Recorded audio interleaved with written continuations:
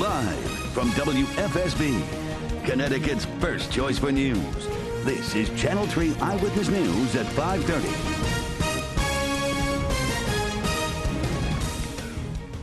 A bizarre start to the day for one family in Vernon. They awoke to find a naked man lying near their swimming pool. But as Channel 3 Eyewitness News reporter Eric Parker tells us, it got even stranger when police showed up and told them the man was wanted for a bank robbery. It was early this morning when Linda Pease heard her dog barking. It was unusual, so she took a look outside and saw a man lying by her pool. He was naked. I thought he was dead, but there was water on the decking, so I knew he'd been in the pool. Maggie here was the star in all this morning. She went out early this morning. She came right to this gate here by the pool. She knew immediately that something was wrong. And you hear the dog bark and you walk out and he's just right here. He's laying right here, face down with his head up here, his feet down here. And he was naked. All he had on was socks. When police arrived, Pease got another surprise. The guy who had passed out naked after a swim was this guy. He's wanted for robbing a bank in town yesterday. As soon as they came down here, they said to him, "We've been looking for you."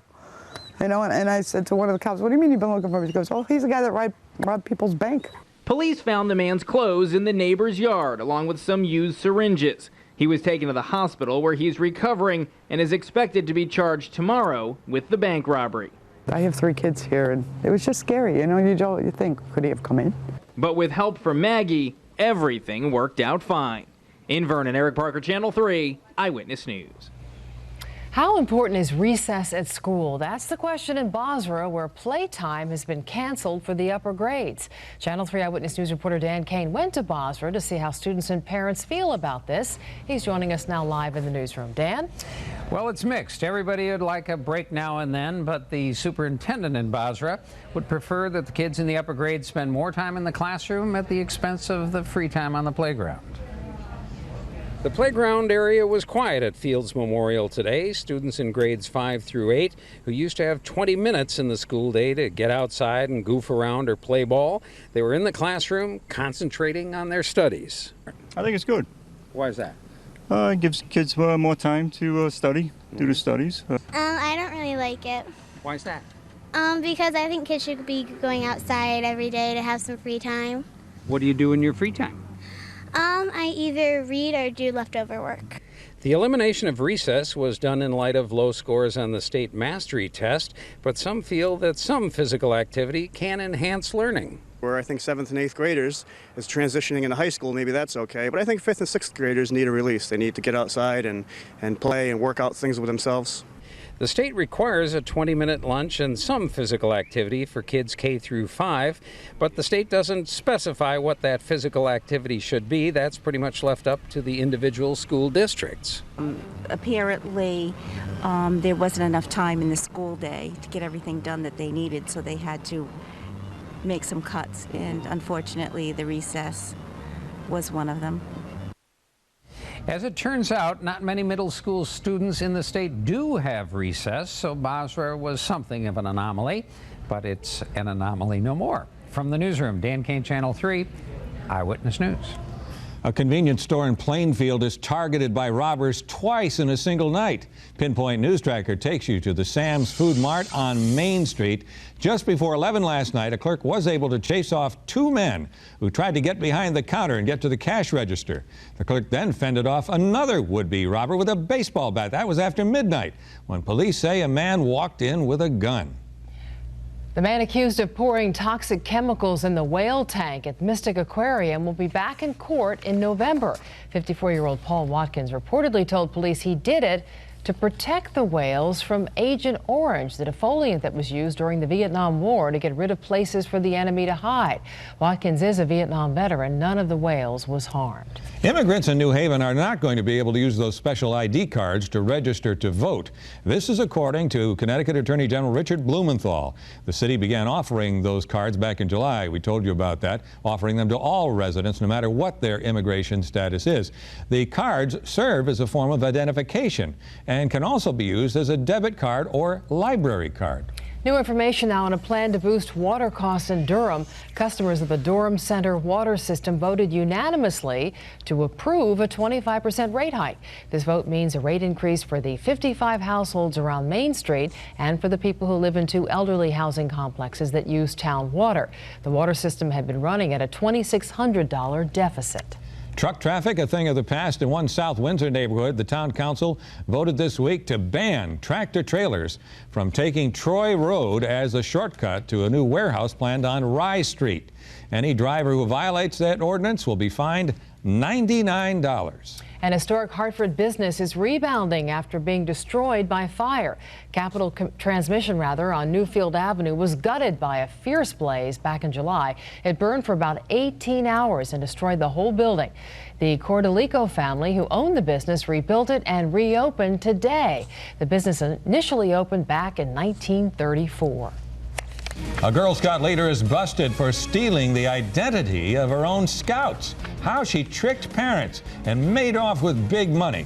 Huge price cuts for the iPhone, but it's making people who paid the full price absolutely furious. More on the deal Apple is cutting with customers. Then all new at 6. Another gruesome discovery behind a business in New Britain. Police investigate how the bodies of 3 women ended up near a busy shopping mall. Why does Connecticut wake up with Eyewitness News? Scott Haney in the morning. I am truly a fan of him because he is funny. That's the channel we put on in the morning. They're always very upbeat, positive, happy. It's a great way to start the day. Eyewitness News, weekday mornings on Channel 3. In Ohio, foreclosures are on the rise, and now many homeowners there are faced with losing their homes and dealing with scam artists. Phony companies have been calling homeowners promising to stop the foreclosure after the owners cut off contact with a mortgage lender and pay a fee. But then these companies do nothing and people end up losing their homes anyway. One woman lost nearly $1,000 and her home after scam artists told her they would fix her credit and save her home. Being in distress at the time and just looking to be rescued, we just went with it, you know, saying, okay, this is great, we can get out of this situation. Authorities say many Americans are facing foreclosure, and now some scam artists are using that to their advantage. Be careful. A major legal victory for drug maker Merck. The New Jersey Supreme Court has rejected a class action lawsuit against the company over its painkiller, Vioxx. Vioxx was pulled from the shelves in New Jersey 3 years ago after research showed it doubles a patient's risk of heart attack and stroke. Had the class action been allowed to proceed, it would have been a major setback to the company's strategy of fighting the thousands of Vioxx lawsuits one by one. If you've been holding out on buying an iPhone, all the waiting has paid off. They are now much cheaper. Apple is cutting the cost by $200. It's a move, though, that has angered those who waited in long lines and paid full price when those phones first came out. So the CEO of the company is offering a $100 credit to customers who did that. Apple also says anyone who bought an iPhone within the past 14 days and still has the receipt can get a full refund for the device if it has not been opened. You'll soon be able to download when you hit Starbucks for a cup of joe. The coffee chain is teaming up with Apple to let customers buy and download music wirelessly in Starbucks stores.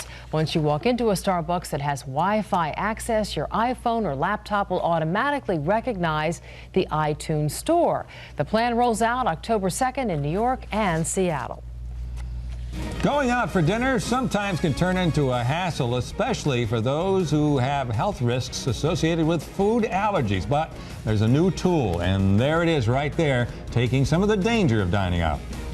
And we could use some rain across Connecticut. It's finally in the early warning forecast. Details ahead, plus a return to summertime temperatures and humidity. And look at the map, it's not far away.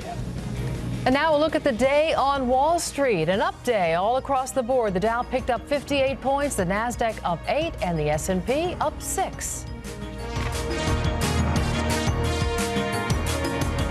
Dear Channel 3, I just wanted to say a quick thank you for the 6 a.m. get on the bus routine you do. Rachel?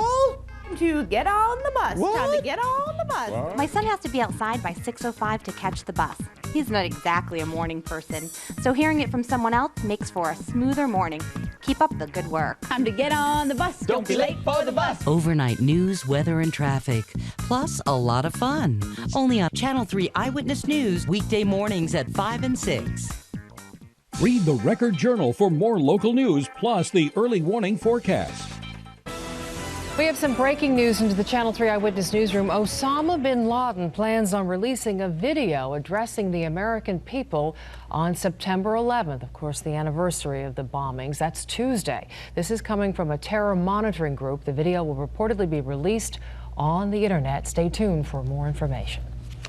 You know, about 1 in 25 Americans is allergic to certain types of food. With all the eating out many of us do, this should be cause for serious concern for a lot of diners who have allergies.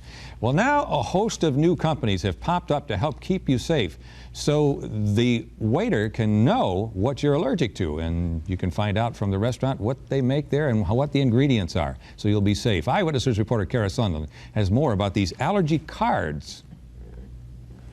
10-year-old Sammy Belcotti has severe food allergies. I wanted to know if the French fries are done in peanut oil. He's very allergic to nuts. So eating out is a trial for him and his family. There are probably 5 restaurants that we feel comfortable going to. The restaurant really becomes a potentially dangerous place for the kids with the allergies. But now a slew of new companies are offering a way to help. They'll customize a card listing all of your allergies in any language for you to hand to the restaurant staff. They just state clearly what the allergies are and how serious it is. There are companies that are trying to make that communication easier for an individual to communicate with restaurants. A card made the world a difference for Kathy Sheehan when she traveled to Italy.